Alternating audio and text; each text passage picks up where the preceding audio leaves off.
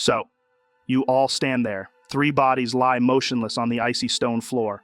2 friends, 1 enemy, but in death, they all look the same.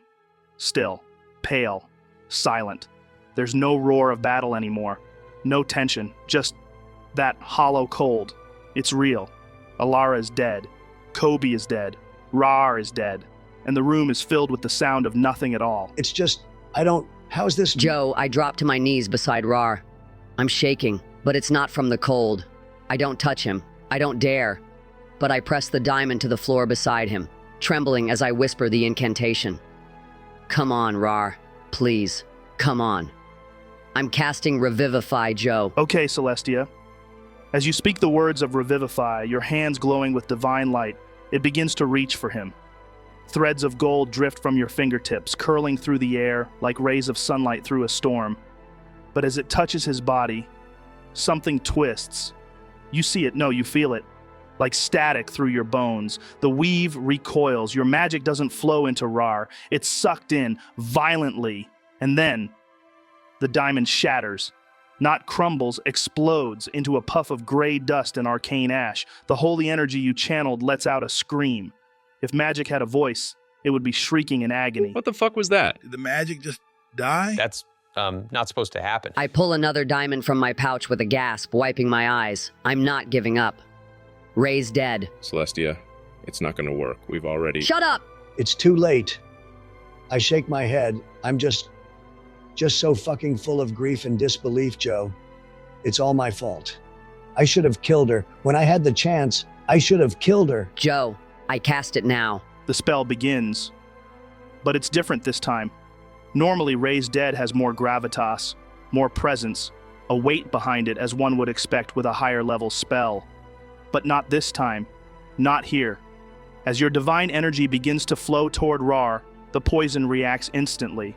Not defensively, aggressively. It launches itself not at the body, but at your magic. You see it, feel it. A violet-black tendril of something wrong, a parasite in the weave, climbs up the spell stream like it's hunting you. It almost reaches your hands before you sever the spell. Instinctively, desperately. The diamond in your hand doesn't even break. It just turns cold, inert, like it never held magic at all. You don't lose the diamond this time, but it did burn a spell slot. This is beyond curses, man. This is something else. Why isn't this working? This should be working! Joe, I'm just pacing, hands on my head. What the fuck just happened?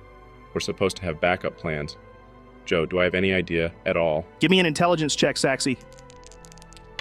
That's a 23. Saxy, you're pacing.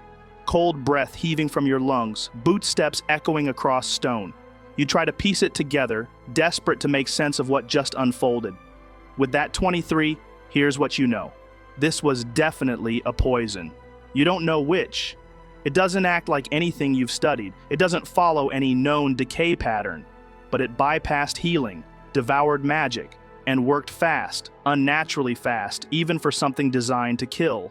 It wasn't just venom, it was engineered. A trap hidden inside a contingency. There was no defense against it.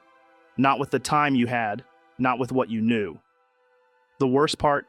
You're supposed to be the smart one, the backup plan guy, the fail-safe. But this outplayed you, and the only thing you're truly sure of right now, they're gone, brother. Raarh, Kobe, they're gone. It's over for them. No. We had time. We were doing it right. You're not allowed to die. You're not allowed to... Fuck! You big fucking idiot! Please don't let him go like this. Move away from him, Celestia. He's gone. The wind howls through the open cracks in stone and ice above. What did you just say? It's over, Tronald. There's nothing we can do. No, don't you dare say that. Don't you fucking dare say that to me. The spells aren't working. We can't even touch him. We don't know how long this thing, whatever it is, lasts. We can't move him. We can't heal him. He's gone, Tronald. He's not gone. You're supposed to be clever, always spouting your theories, your systems, your safeguards. Where were they now, huh? How did this happen? How did this kill him? He was supposed to be unkillable. How is he dead? Because we were all outplayed. Joe, I spin around and cast fireball at the fucking wall. Fuck! I stumble forward, dropping to one knee beside Raarh. Don't touch him, Tronald. I reach for him, Joe. Get your fucking hands off me. He is my best friend. Vizuriel. Vizuriel, I know you hear me. I know you want my servitude. You want my loyalty. Bring him back for me. Bring him back, and you have it. By the gods, you have it. I swear it. Just bring him back, please. No, not that, Tronald. It's then. A voice echoes like ancient thunder filtered through silk and smoke, calm but unfathomably deep. What you ask. I am unsure if it can be fulfilled. I am what I am, not mortal, yet not fully divine. You beg at the threshold of a door not even the gods dare to open, Tronald. Trust me when I say, I would love to accept your right proposal, but first, I must see. What do you mean by see? Celestia, your body feels strange. It feels like your mark is trying to activate itself. Do you want to attempt to resist, or do you allow it? I allow it to happen, Joe. Whatever it is. That's when it happens. Celestia's body stiffens. Her back arches violently, limbs seizing with unnatural force. Then her head snaps back. A plume of smoke, fire, and ember bursts from her eyes, her mouth, her fingertips. Not like a spell, not like magic, like something burning its way out. The light pulses red and gold, searing hot, and yet the room turns cold as the grave. And through the storm of sparks and shadow, something steps forward, not beside her, but from her. A figure cloaked in smoldering darkness, hair black and straight, falling just past the shoulders. Eyes like molten coals behind a veil of calm. Elegant, handsome, but utterly inhuman, as if carved from godhood's echo. And as he straightens his collar, Celestia collapses, unconscious but alive, gently lowered to the ground as if by unseen hands. Vizuriel stands where she stood, shoulders squared, hands clasped behind his back. He surveys the room, slowly, deliberately. One by one he meets each of your gazes. No words, just awareness. And then his eyes fall on Raarh. You mourn the orc, but not the trickster. Why is that? I've lost many, but him, he was more than just a friend. He was loyalty, steel, my anchor in the storm. I can't lose him, not him. Vizuriel begins to walk, gliding more than stepping. As he passes Kobe's body, he stops, just for a second, and that eternal, unreadable smirk tugs at one side of his face, but it doesn't last. The smirk collapses into something like sadness, like a man seeing a candle gutter out before its time. He kneels beside Raarh, resting 2 fingers against his temple. From his fingertips, tendrils of fire-laced lightning seep out. No heat, just light. They wrap around Raarh's head, his shoulders, his chest, curling like silk ribbons in a storm. Then the tendrils strike something unseen. Raarh's body jerks, and the magic recoils. Vizuriel steadies himself, eyes narrowing, mouth tightening. He tries again, and again. 10 long minutes pass.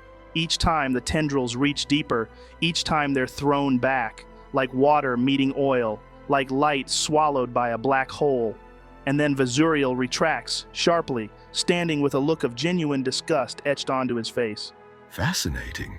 This poison, Virexen, not born of the earth, not harvested from fang or root.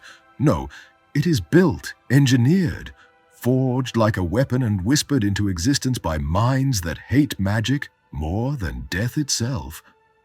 It does not kill the body first, it kills the soul's tether, it sees your thread in the weave, and it rips it out, strand by strand, like a song played backwards until it devours itself.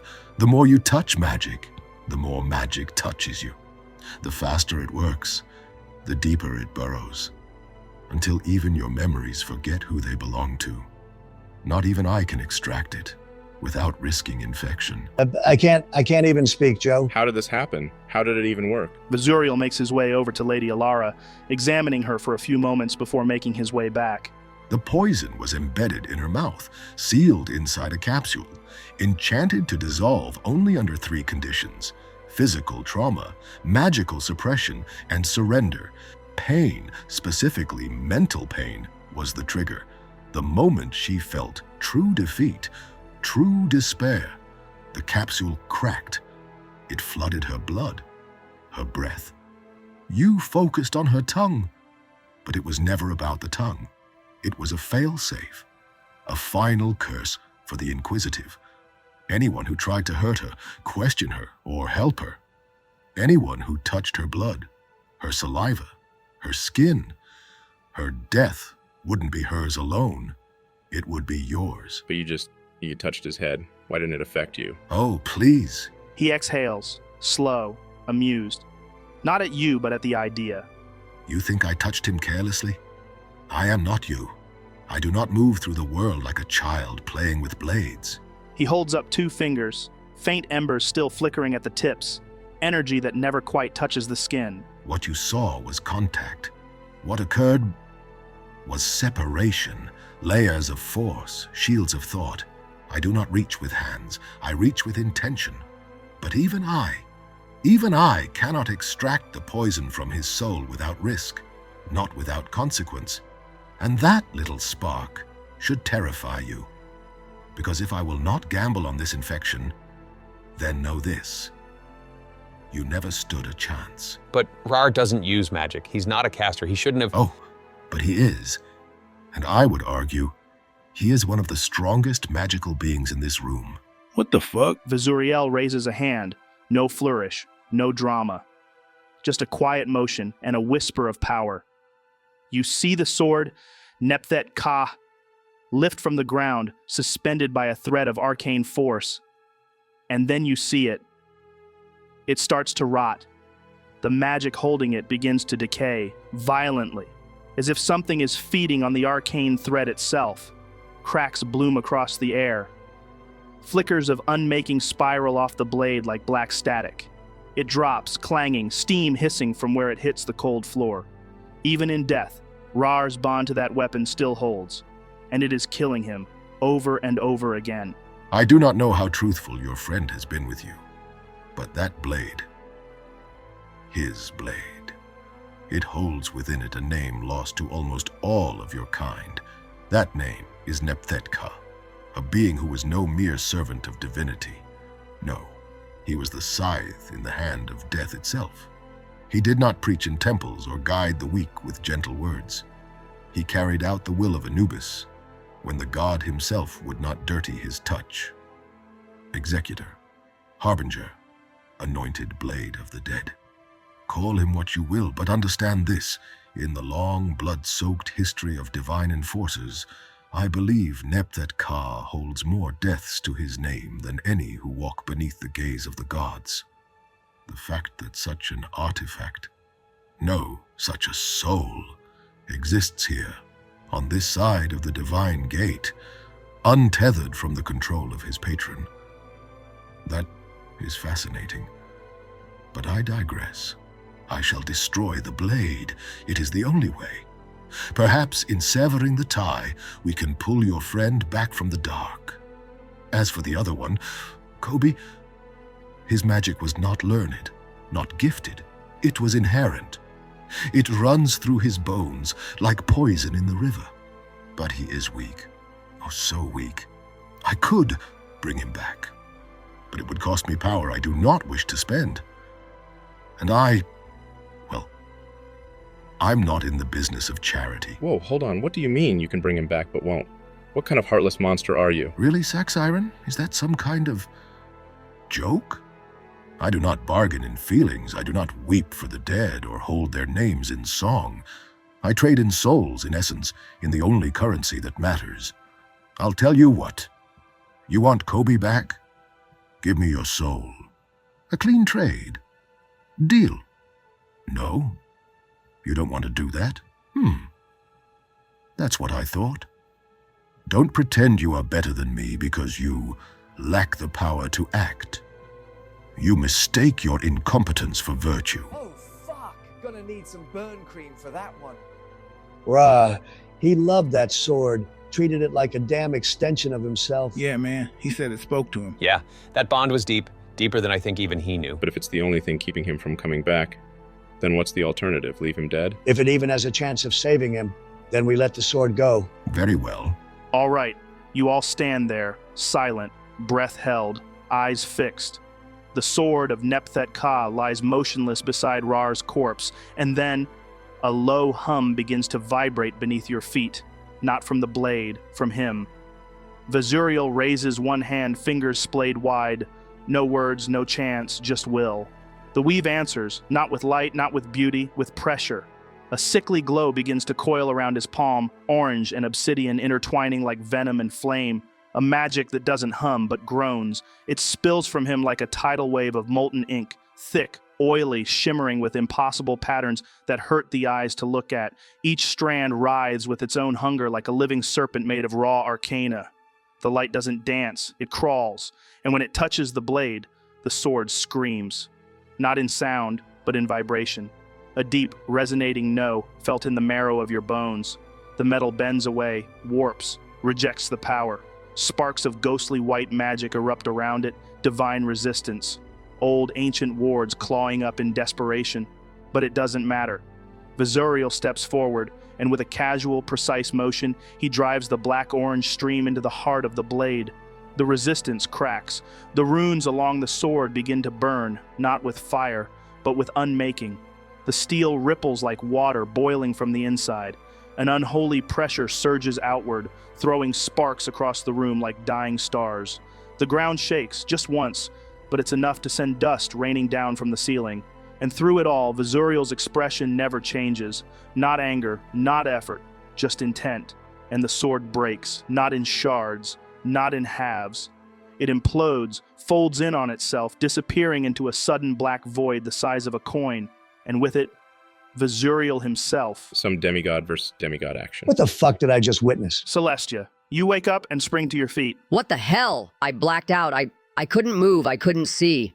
But something was inside me, pulling. Like I wasn't even there. Like I was just a shell. It's okay, Celestia, you're okay.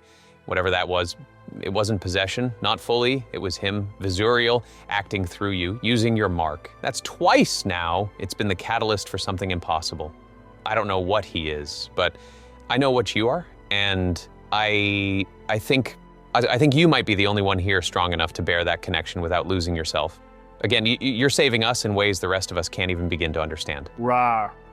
You feel warm, not the warmth of a campfire or the fever of battle, but something deeper, like the memory of sun on your face when you were a child, like your mother's voice humming you to sleep, like the soft press of earth after a long hunt. The world around you is light, not blinding, just pale, pale gold, and still. The haze parts as you move forward, slow and steady, and you realize where you are. It's your home, your real home. Not the scorched remnants the Empire left behind, but how it was, once, before the fires, before the screaming. The huts still stand, thatched roofs curled like sleeping beasts under the dawnlight. Trees sway gently in the windless air, their leaves unmoving, yet somehow alive. There's no sound but the soft crunch of your footsteps on the grass. Not even your breathing. It's peaceful, unnaturally so. Damn. So this is what death feels like. Bit more clinical than I'd have liked. I always imagined more screaming, honestly, or a buffet. I start moving forward, Joe. Roll me a perception check. 15. Okay then. So, you crest a low ridge where the grass rises just slightly. Ahead of you, on the edge of the old hunting path, there's a figure, seated, alone, facing away from you. The figure doesn't move, but the longer you look, the more you notice the stillness isn't passive, it's deliberate, as if whoever this is, they want to be seen like this. The figure wears robes of deep obsidian cloth embroidered in ancient, precise gold. Symbols line the edges, glyphs you don't quite recognize, but something in your bones does. They pulse faintly like slow breath, and the golden thread catches in the pale light like fire beneath water. The figure is tall. Even seated, there's an unnatural gravity to him. His arms, resting on his knees, look like carved wood, etched and furrowed with age, yet still somehow brimming with strength. His hair is long, black, and falls straight down his back like a curtain of shadow. And his skin, it's ancient, not wrinkled in the way of the elderly, but weathered, like stone worn by centuries. His very presence seems to press down on the space around him, not with hostility, but with inevitability. He has not turned to face you. Not yet. He simply waits. I see. Right, well, only one thing for it. I start stomping up the slope. Oi, you dead too, huh? How'd you go out? 'Cause me, I got done in by some weird-ass poison. Not even a noble poison either, like snake venom or giant spider juice. Nah, this was some freaky, magical, soul-ripping bullshit. Honestly, I'm pissed about it. I've taken spears to the gut, lightning to the chest, nearly choked to death on a potato once, and this is what gets me? Some spit venom from a posh bitch who bites her own tongue off? Come on. I scratch my head as I keep walking. You ain't saying much, are you? He doesn't speak, just looks at you. There's no judgment in his gaze, no curiosity either, just understanding. Not the talkative type, huh? He smiles. It's not warm, not cold, just simple. And suddenly, something pulls at you, like a smell from your childhood, like a song half forgotten. You feel like you recognize him. Wait, why do I feel like I know you? Who are you? His voice rolls in like dry thunder over sand. I am Nepet Ka. I blink, then snort. Nah, no way. Nepet Ka is a sword, a big, cool, magic-y ass sword. You're like some wrinkly monk who looks like he's been meditating since the dawn of time. No offense. He chuckles, soft, low. His shoulders barely move, but the sound hums like it's coming from the stone itself. You look at me and you see years, you see frailty. But time is a cloak, Raarh. Worn well, it makes fools think their blades are faster than your thoughts, their fire hotter than your silence. I have seen gods crawl, I have seen kings beg, and I have watched entire empires vanish like breath on cold glass. Wrinkles are not weakness. They are the maps of battles fought and survived. I let out a long, low whistle. All right, damn. I nod, respectful now. So, what now? Do we just sit here until the end of time? Nepet doesn't answer. Not at first. The breeze shifts. The village behind you, once soft and nostalgic, feels thinner. Not gone, but like a memory that's trying too hard to stay. Then you notice it. He's no longer looking at you. Nepet's head lifts slightly, toward the horizon, or maybe above it, towards something you can't see yet, something you feel before you know it's there. He comes. No more words, just that. The wind dies, no birds, no leaves, no sound, and then the warmth bleeds out of the world, not from cold, but from absence. The sky, still bright, feels distant now. Desaturated, shadows begin to stretch unnaturally long across the white earth. You blink, and there he is, standing, watching. A figure robed in shadows deeper than night itself, sewn with flecks of gold like stars torn from the heavens. A jackal's head carved in ebon stone, unmoving. Eyes like voids rimmed in fire. He does not walk, he does not appear, he simply is. Your instincts scream before your mind understands. This is not a king. This is not a god you pray to. This is the one who comes when the prayers are done. Nepet steps to the side, bowing his head, not in fear, but in respect. He doesn't need to say his name, you already know, and still, the figure speaks. So, this is the one. The fool who thought strength alone could wrench fate from its spiral. You stand in the between, where the weave frays, where the soul is weighed. Here, your strength matters not. Your name is just an echo. Your deeds, dust on the wind. And yet, you are not forgotten. You are not unloved. But even love must be judged. Sorry, I don't know what you're saying. I glance to the side. Nepet, translate for me, please. He is saying that you have come to die, and it is his place to weigh you. But I don't want to die. I've got too much to do still. I take a step forward, not out of defiance, but urgency. My people, my friends, they're still down there. Anubis does not move. He does not blink. But his voice, when it comes, carries like thunder wrapped in silence. Then answer. First, when blood soaked your hands and the enemy begged for mercy, what stayed your blade? I scoff, but it's not prideful, just honest. Sometimes, nothing. But when I did stop, it was because I saw someone I could have been, or someone I used to be. I ain't proud of it, but I ain't gonna lie about it either.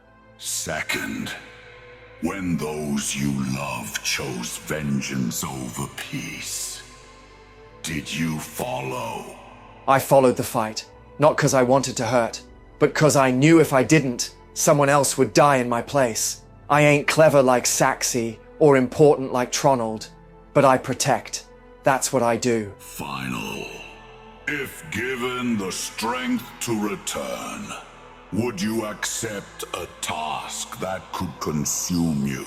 That would burn you to ash in the doing, but might save those you care for? Yes, every fucking time. Burn me, break me. I'll crawl back through the fire if it means they live one more day. I don't care what it takes. The stillness deepens. The silence isn't empty. It's full. As if the world itself is waiting to breathe. Anubis turns his jackal face to Nepet. They say nothing, but something passes between them. A truth that needs no words. I narrow my eyes, looking up at him. But why? Why is it important to you? I'm just one stupid half-orc with a sword that talks too much. Because, fool, you carry within you not a flame but a wildfire. You do not bend to fate, you shatter it. You do not ask the gods to spare you. You demand they remember your name. There are forces that fear that. Even I. But that makes you fit. You remind me of him. He gestures subtly toward Nepet Ka, the ancient figure atop the hill. Nepet offers no words, just a faint knowing smile like a memory shared between titans. I blink, glancing between the two of them. Whoa! Wait, Nepet used to talk too much? Yes, could never get him to shut up. Endless stories, poems, parables. And every single one delivered like he was announcing the apocalypse. They weren't stories. They were truths, Anubis. It's not my fault if you lack the patience to listen. It's not my fault your truths took 3 bloody hours. And in that instant, Raar, you realize something. These aren't just gods, they're warriors, brothers, old as time, but not above the bonds of kinship. And somehow in that flicker of humor, that flicker of something else, there's a small spark, a sensation that you belong here. So, what task would you want me to complete, Master? Should I even call you Master? Or is that too collar and chain for your liking? He doesn't turn, doesn't blink. The wind around you stills, like the world itself leans in to hear his answer. I do not own you, Raarh. I judge you. Titles mean little here. But if one suits your tongue, call me Warden. Of balance, of law, of what comes after. I frown, glancing around the whitewashed echo of my village. Right, sure, Warden, but if all this was to see if I'm worthy, wasn't it so I could go back? So, does that mean I am going back? There's no change in tone, no softness, only truth delivered like cold steel. No. Wait, what? Then what the hell was this for? You asked your damn questions, got all philosophical on me, and now you're saying I'm not going back. He turns now, finally, the weight of eternity in his gaze. His voice deepens, layered, echoing across plains. You misunderstand. This was no test of worthiness to return. This was a judgment of what may still be done with you, even in death. You do not belong to the mortal realm anymore, Raarh. Your thread in the weave was severed, not by fate, not by blade, but by Virexen, a poison not meant to kill the body, but to erase the very idea of you. Even now, the weave does not know your name. I am not a god of mercy. I am not your father. I do not intervene in the name of love or loyalty. When the scale tips, it tips. Even my hand cannot stop it. That is what makes me just. So that's it then? I die here, and you just stand there with your scales and your rules? What, are you scared to break your own laws? Scared to be unfair for once? Or do you just not care? Would you have me play favorite? Rescue one soul while another rots? That is not my way. That is the way of tyrants. of dreamers, of those who let chaos wear their name like a crown. I am not chaos. I am equilibrium. So you just watch then, while monsters burn cities and mad kings chase godhood? You just weigh souls while the world tears itself apart? The gods have meddled before. They reached down with hands of gold and fire, tried to steer the river of fate, and in doing so, they split it into 1,000 poisoned streams. They gave the world the Eterians. The mistake was made. It will not happen again. Would you ask me to repeat the sins of my kin? To twist the balance for sentiment? No. He does not say this from cruelty, Raarh, but because he still bears the weight of what was broken and what must never be broken again. So it's a problem for a problem then. You fear the Eterians. You loathe what they represent. The gods who tampered, the mortals who dream too loud. Then let me be your answer. Send me back not as a plea for mercy, but as a blade, as retribution. Let me be your warrior, your poison for their existence. Let me burn away what should never have been. Anubis stills. The tilt of his jackal head sharpens, just a fraction. The scales behind him shift without wind. Silent, unmoving. Then, he smiles. You said it, not I. He looks to Nepet. The old warrior bows without a word. Long ago, the gods gifted the world a kindness. The Eterians, fragments of eternity, anchors of divine power, shaped not for conquest, but for inheritance. They were not weapons. They were not chains. They were memory. A piece of home, left behind for the Omnitheon, our children, so they might walk among mortals and guide them.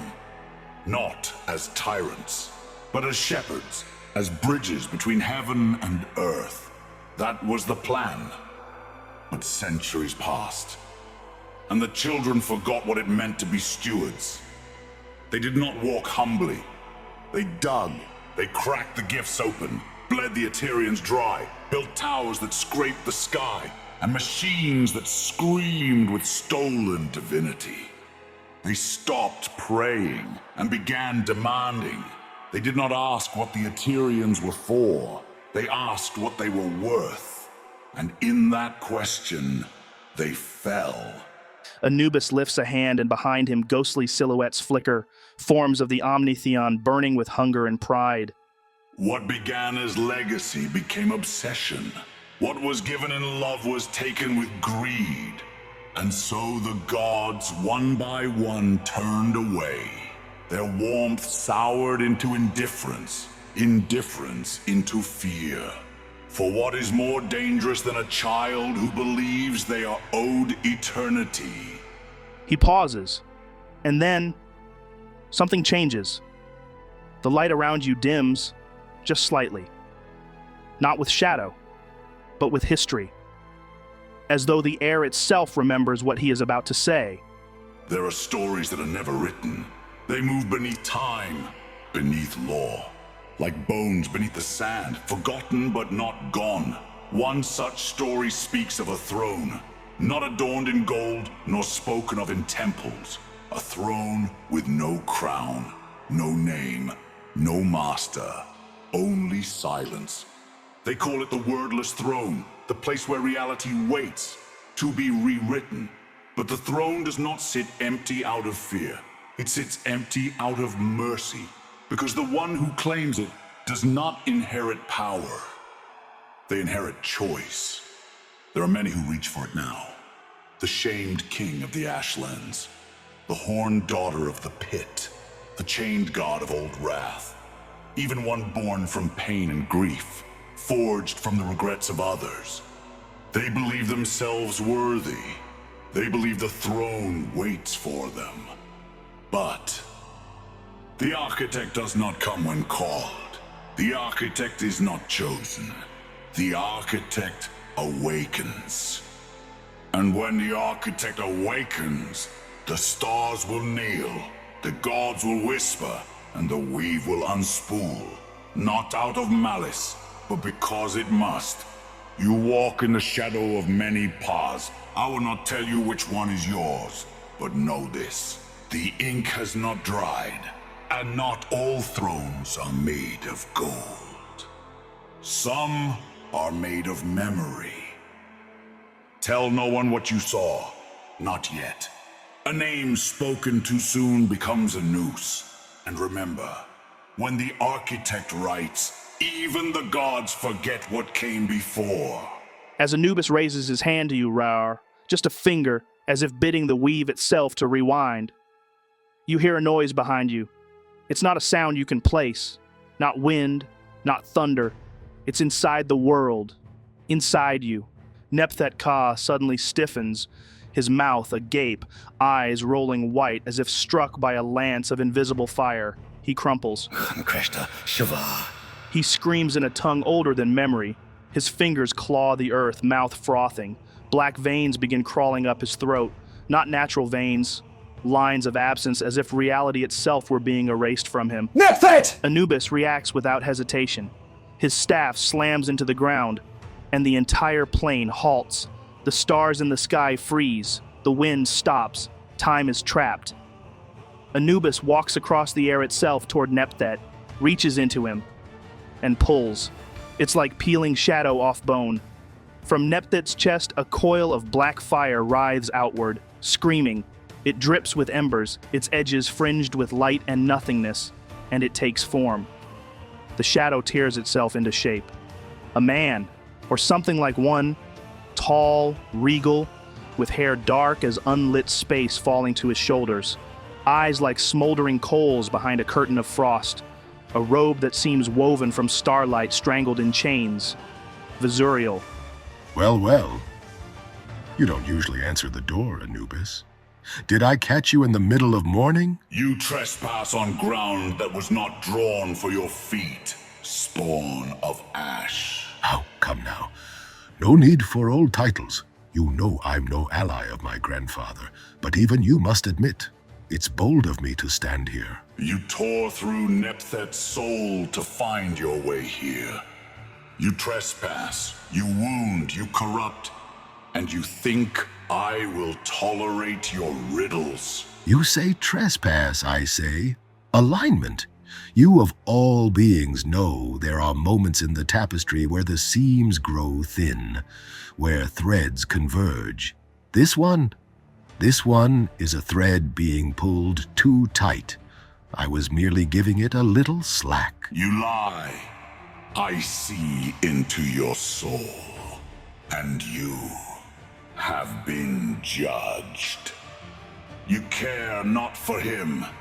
You mean to harvest the Eterians, all of them. How adorable. And what do you mean by, I mean to harvest them? No, I am already doing it. One by one, they will be reclaimed. By me. Not to rule, not to destroy, to correct. The gods left behind tools far too powerful for minds this small.